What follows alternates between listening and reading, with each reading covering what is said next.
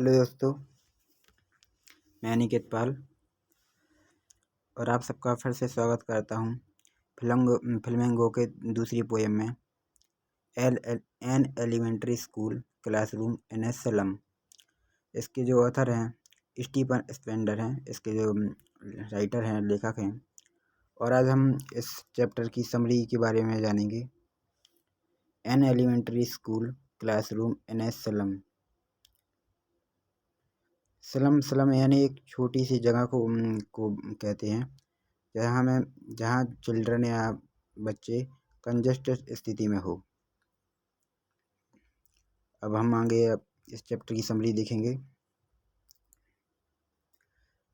Far from gusty waves these children face like rootless weeds the hair torn around their pallor. इस chapter की summary के पहले मैं आपको बता देता हूँ, राइटर ने जो बताया है इसको अब थोड़ा अपने माइंड में इमेजिन करना पड़ेगा, किस तरीके से उसने इस पोएम के बारे में बताया है। बच्चों के जो स्लम एरिया में, गंदी बस्ती में जो बच्चे रहते हैं उनके बारे में बताया। स्लम एरिया में रहते हैं उन्हें, और उनके वे कैसी स्थिति में होते हैं, और उनके चेहरे के बारे में या फिर उनकी स्थिति के बारे में, कंडीशन के बारे में बताया है। इसको अब थोड़ा इमेजिन करना पड़ेगा। Let's move further. Far from gusty waves this children face, मतलब उन बच्चों के चेहरे जो एक गस्टी वेव्स यानी तेज झोंकेदार हवाएं होती हैं उनकी तरह हैं उन बच्चों के चेहरे। लाइक रूटलेस बीड्स, और उनके जो चेहरे हैं लगभग कोई भी व्यक्ति जैसे रूटलेस माने जड़ रहित, किसी भी पौधे को उखाड़ कर ऐसे फेंक देते हैं उनकी तरह बताया गया है। The hair torn around their pallor, उनके जो बाल लेखक के बताए हैं कि उनके जो बाल जो हैं मतलब ठीक व्यवस्थित नहीं है, ठीक नहीं है, ऐसे कह सकते हैं गुड़मुड़े यानी टाइप के हैं। और द देयर पेलो, और मतलब उनका चेहरा है पीला पड़ गया है। पीला कब पड़ता है? जब कोई व्यक्ति या बच्चा कोई भी बीमार हो, सिक हो, इल हो, तो उसका चेहरा पीला पड़ जाता है। आगे देखते हैं। द टाल girl with her bent down head, the paper-seeming boy with rat's eyes, the standing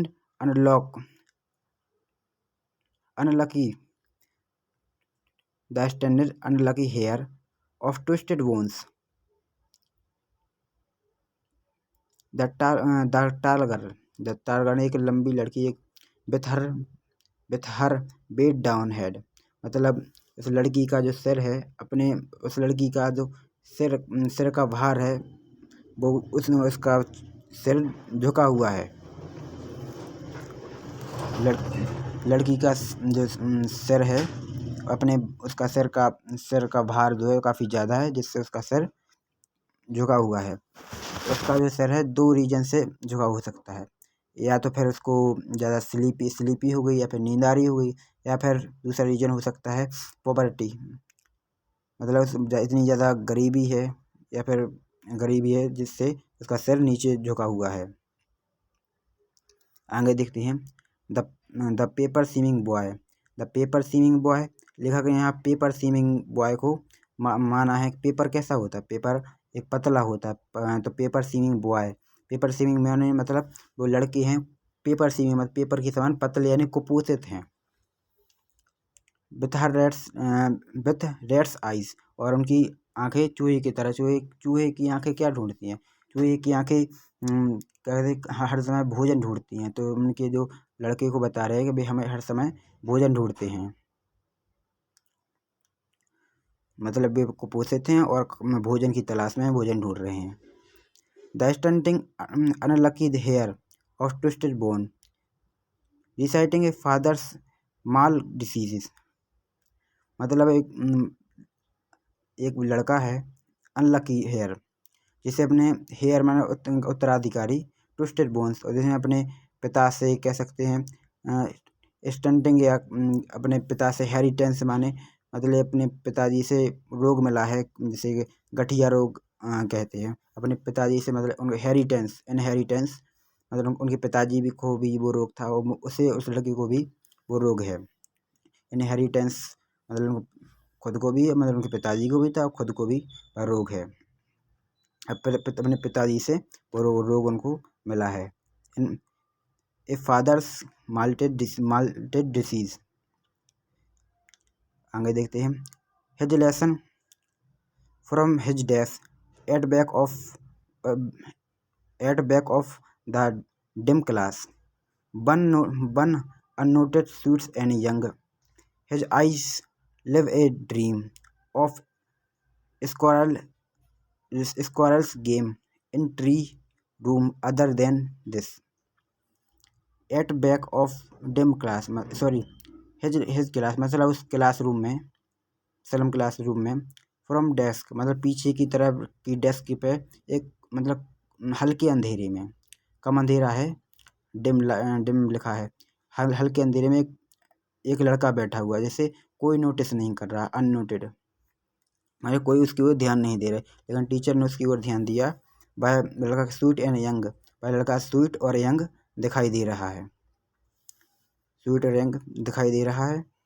his eyes live a dream, उसकी जो आंखें हैं एक सपना रखती हैं, मैं कहते हैं हिज आइज, यहाँ हैं थोड़ी बता रहे, his eyes live a dream of squirrels S game, मतलब वह लड़का जो पीछे की तरफ बैठा है स्वीट और यंग दिख रहा है, वह मतलब उसका वो तो प्रेजेंट है, उसका माइंड प्रेजेंट नहीं है, वो कहीं और की सोच रहा है, कहाँ की, squares games in a tree other than, मतलब वो स्क्वायर के साथ खेलने और गिलहरी के साथ खेलने और सॉरी ट्री के इन द ट्री, पेड़ के नीचे स्क्वायर्स के साथ खेलना और अदर जो भी गेम एक्टिविटी है उसके दिमाग में चल रही है।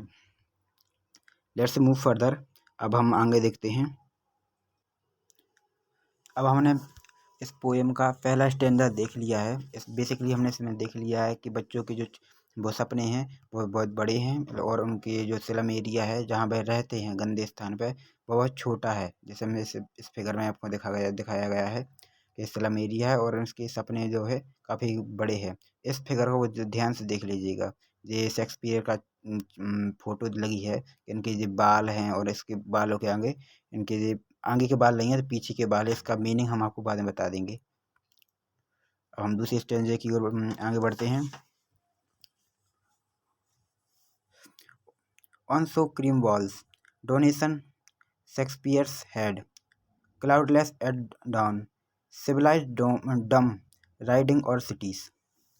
अब ऑथर लेखक बताते हैं ऑन सो क्रीम बॉल्स, मतलब कि ऑन विद बाल्स यानी दीवाल, मतलब में क्रीम में या दूध से जब घी निकलता है तो आप बेसिकली अब देखते हैं कि इसे 2-3 दिन बाहर रखने पर वह पीला पड़ जाता है। उसी तरह जो बाल्स हैं, दीवाल हैं, वो भी पीली पड़ गई हैं, मतलब उनमें जो सीलन, वो बरसात के समय आती है, सीलन पड़ गई है और वो गंदी हो गई है, पीली पड़ गई है और वह डोनेशन करती है। डोनेशन क्या है? Shakespeare head. अब आपने अभी हमने आपको वो शेक्सपियर का फिगर बताया था, किस तरीके से उनके आगे के बाल नहीं है और पीछे के बाल हैं, हम भी बता रहे हैं। Shakespeare heads cloudless at dawn civilized dome riding all cities, मतलब शेक्सपियर के जो अब वो उस वो बाल से यानी दीवार पर जो भी प्रिंटेड है उसको बता रहे हैं।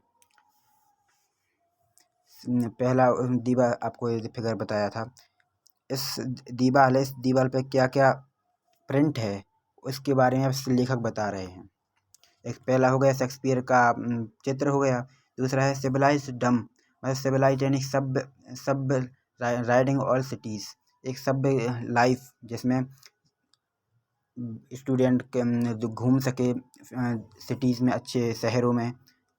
और आगे देखते हैं ballet flower thyroid valley open handed map, फिर से आपको दिखाते हैं फिगर, ओपन हैंडेड मैप है। ये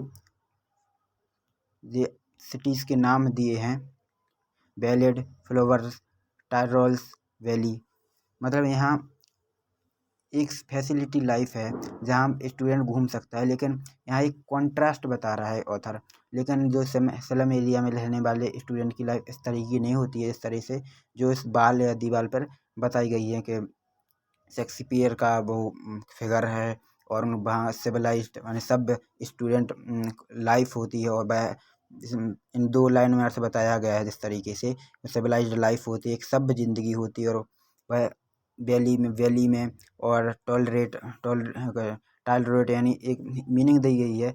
ऑस्ट्रेलिया से रिलेटेड जो एक शहर का नाम होगा वहाँ स्टूडेंट घूम सकते हैं, जो इसमें बताया गया है।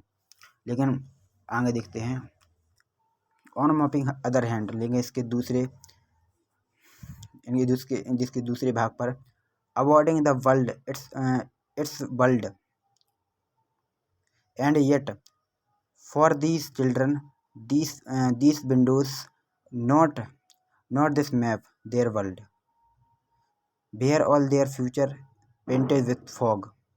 अब लेखक यहाँ बता रहे हैं awarding the world its world and it for these, और जो सब अभी आपको बताए हैं कि किस तरीके इनकी लाइफ है, उन सबको एक दुनिया की नज़रिए से अवॉर्ड किया गया है। लेकिन यट फिर भी these children these windows not map, लेकिन जो उस मैप पर उस विंडो पर या खिड़की पर जो भी प्रिंटेड है, जो भी बताया गया है, उनकी वह ज़िंदगी नहीं है। वह लाइफ जो स्लम एरिया में रहने वाले स्टूडेंट है बॉय हैं, उनकी नहीं है। उनकी लाइफ क्या है, अब वो रियल में उनकी लाइफ बताती है जो स्लम एरिया में रहने वाले हैं।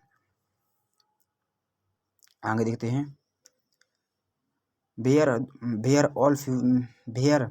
All their future printed a fog a narrow street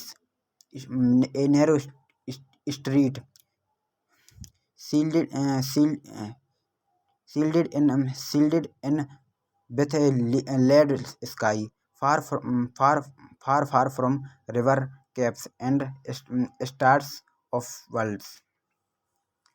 लेखक यहाँ बताते हैं where the all their future, जहाँ उनका पूरा फ्यूचर है प्रिंटेड टू अ फॉग, उनका पूरे एक फॉग पर प्रिंटेड है। फॉग यानी यहाँ स्मोक से है, जहाँ स्मोक यानी धुआं, जहाँ इंडस्ट्रियल स्ट्रीट होता है, जहाँ औद्योगिक होता है, वहाँ फॉग यानी धुआं। बहुत मतलब इंडस्ट्रियल स्टेट से जो उद्योग होते हैं वहाँ चिमनियों से वो ज़्यादा धुआं निकलता है, जिससे आकाश का रंग, जैसे धुआं निकलने से वहाँ का सारा एरिया धुएं से हो जाता है। और इससे आकाश का रंग भी ज़्यादा नीला स्काई ना होकर थोड़ा ग्रे हल्के से लेड, यहाँ दिया है लेड स्काई दिया, डार्क हो जाता है। और वहाँ आसपास स्लम एरिया इन क्षेत्रों में ज़्यादा रहता है।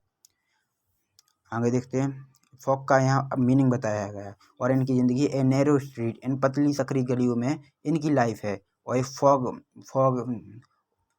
फॉगी लाइफ है। ए नैरो स्ट्रीट्स, यानी पतली सकरी गलियों में, shielded in with a lead sky यानी डार्क वो क्या आसमान है उनके, क्योंकि उनको खुला आसमान या नीला आसमान दिखाई, उन उद्योग जो कैसे उद्योग हैं जिनसे निकलने वाला धुआं है, उनसे उनको नीला आसमान दिखाई नहीं देता। इनकी लाइफ इसी में है। Far from reverse caps and star of light, far from river, और इन सबसे दूर, किनसे दूर, रिवर्स से, कैप से, एंड स्टार ऑफ लाइट से। इनकी ज़िंदगी है रिवर्स से, कैप से दूर, और स्टार्स ऑफ वर्ल्ड, इनका मतलब एजुकेशन से। इन स्लम एरिया में रहने वाले स्टूडेंट हैं, इन सबसे दूर हैं। इसमें स्टार ऑफ वर्ल्ड है एजुकेशन का मतलब, ऑथर ने बताया है। आज हमने केवल इन्हीं दो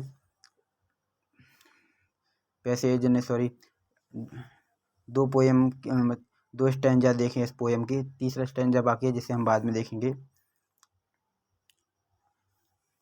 तो तब तक के लिए goodbye, see you, bye bye.